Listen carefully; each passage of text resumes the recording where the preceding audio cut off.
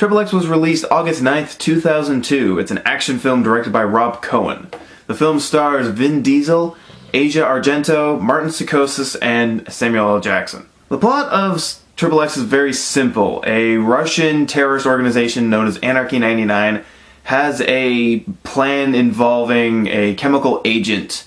The American government has caught wind of this, though they're not 100% sure what's going on. They just know that these guys are up to something. And every attempt that they have at obtaining information always falls short because they're always sending in a typical James Bond-esque spy. One of the men on the team, Agent Gibbons, played by Samuel L. Jackson, comes up with the idea to, instead of infiltrating with a typical spy, send in somebody that could blend in with this crowd.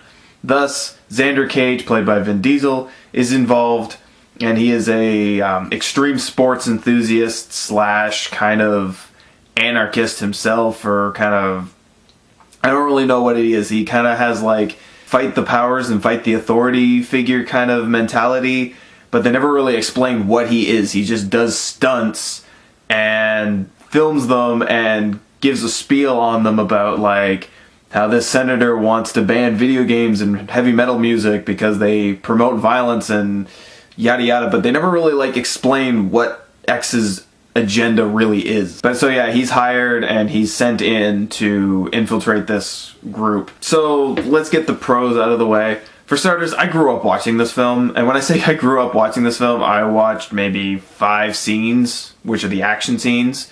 The Columbia scene, the Corvette jump, the snowboard scene, and then the end scene, like where it all wraps up. So I do find that the action scenes in this are actually still pretty fun. I'm going to compare this film to Fast and Furious a bit because this film came out right after Fast and Furious, and they are both Rob Cohen films.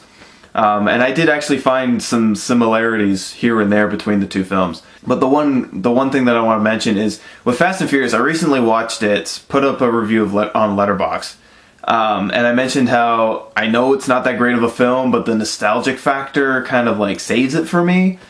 This film, I never really had a nostalgic factor for, so I'm seeing this film like as a film, and I'm not looking at it going, oh yeah, well it was good when I was younger, but you know, it's kind of saving. No, there's not a lot nostalgic here. But yeah, like I said, the action scenes are actually filmed really well. The thing that I appreciate the most out of this film, mainly because this is out of the early 2000s, there is very little CGI involvement in this film, especially in the stunts. The scene where Vin Diesel's character drives a BMX bike up a ramp and he jumps over a barn, they did that and they blew up the barn. They had one shot at that. And you can tell that they're real stunts because when they throw in the CGI, like in the snowboarding scene towards the like third quarter of the film, the CGI in that is very blatantly obvious. It looks like something out of the Sci-Fi Channel these days. And that was considered like almost like top of the line CGI back in 2002. So we've come a long way in our CGI. What else do I like about this film? That's not a good sign. Yeah, as far as like anything else, it's not all that great. Now I don't want to be too negative about this film because there is a lot to enjoy about this film. It's a good popcorn film to throw on, maybe get some friends together and kind of razz it a bit. But so let's get into, I guess, the cons, or like what's not great about the film. For starters, this is one of the first things that like popped into my head when I was watching this. The dialogue in this movie is so cheesy. Right at the beginning, Samuel L. Jackson has this line about, all this time we've been sending a mouse into the snake pit. It's time for us to send a snake of our own, or something like that. And then Vin Diesel's character has this catchphrase, welcome to the Xander Zone. It's incredibly cheesy and silly, and it made me laugh a lot. But it's not intentionally like supposed to make you laugh. Something else that doesn't really work in this film is, again, comparing to Fast and Furious, Rob Cohen, when he directed Fast and Furious, I felt, to me, now I'm just going off of like what I've seen in the media and seen in movies and stuff, but when he did the whole underground element, like the underground street racing and stuff, I felt that the way that the characters reacted in that felt more natural than the underground characters do in this. In XXX, there's a scene at the beginning after Vin Diesel does his Corvette stunt, and he's at this party with all these people, and they're like talking to him, and it just the whole like slang terms, and I'm gonna call it underground lingo. It just felt incredibly forced, and it just added to that weird, silly dialogue. Like, I don't know why it works in Fast and Furious. Maybe again it's that like personal like nostalgic factor I have for Fast and Furious, but it works in Fast and Furious, does not work here. Also, in this party scene, they have Tony Hawk cameo. Like, he cameos like right at the end of the Corvette scene, and then he's in the party doing skateboard tricks. And I just love how they had to have Tony Hawk in this film just so he could do skateboard tricks, just so we could see it, just to accent that whole extreme sports mentality of the film. Now, this isn't I'm not going to call this a con or a negative, just an observation. This film feels very much like a James Bond film in its second act and in its third act. Actually, here's the negative to that. The first act to the second and third act feel like their own movie. The first act feels very disjointed. It feels like it's trying to be its own thing. They've got the actions. They've got a couple action scenes. They've got a couple humorous scenes, trying to set up the story and how X becomes X, or like how he gets into a situation. I get that, but it just feels so very disjointed from the rest of the film, because the rest of the film plays like a James Bond film. You've got a Russian villain who has a fortress in the mountains. There is this love interest who you don't know if she's trustworthy or not. She's kind of like a Bond girl. Then later, a quirky lab tech guy shows up and gives him gadgets. He has a fancy car, which, by the way, is my favorite car of all time, thanks to this movie. There's even a scene at the end when he's driving, trying to stop the Doomsday Weapon, and he ejects ejector seat, another James Bond trope, ejector seats out of the car, and his parachute is the American flag. And I saw that, and I immediately had visions of James Bond doing stunts with his parachute being the Union Jack. So I just feel like the majority of this film was trying to be a James Bond film. The difference here, and I noticed this after watching the movie and kind of like replaying things in my head, the opening scene has a spy character in tactical gear take out a dude, and he picks out a microchip that's got like all the information that he needs or something.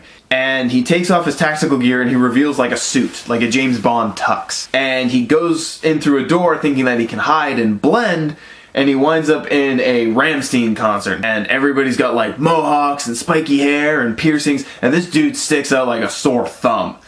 And for some strange reason, even though he stands out like a sore thumb, in order to get away from the villains, he decides to crawl up the stage and like put himself more in the open, and he gets shot. And I just kind of, when I was watching that scene at the beginning of the movie, I was kind of like, this makes no sense, like this just seems so silly.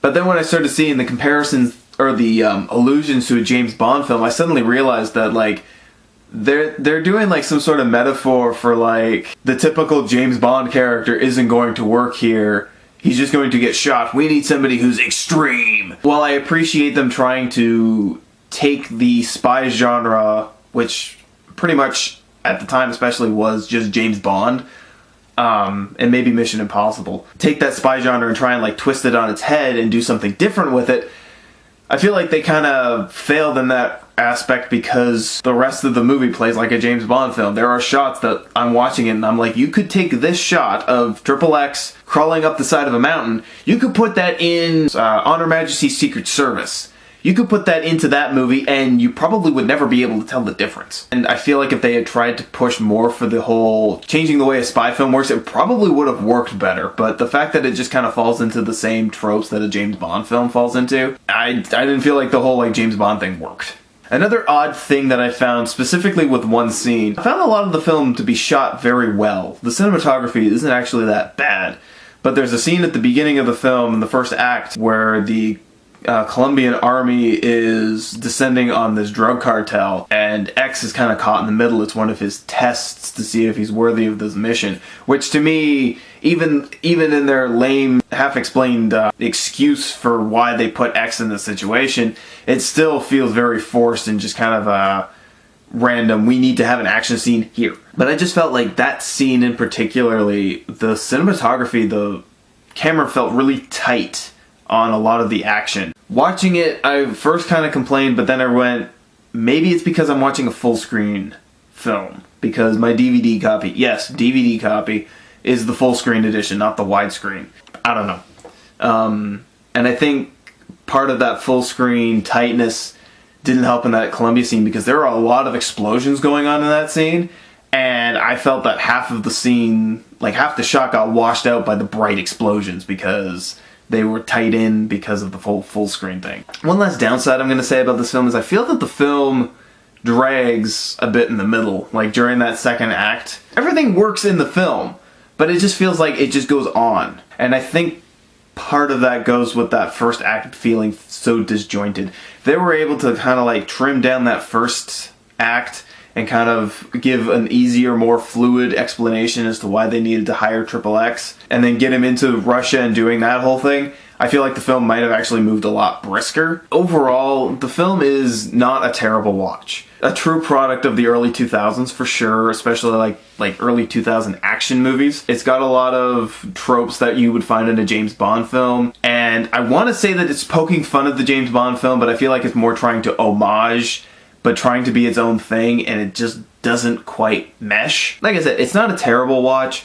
It's not something that's entirely memorable, but you're not going to hate yourself for watching it. This is one of those films that you just get together with a group of friends, bring out some snacks, and you just kind of razz the movie. So that was my take on XXX. Are you planning on seeing this movie now? Or has this changed your mind and you're not going to touch it at all? Or have you already seen it? Let me know in the comment section below. Tell me your thoughts on this film. And don't forget to subscribe if you yourself are jonesing for film.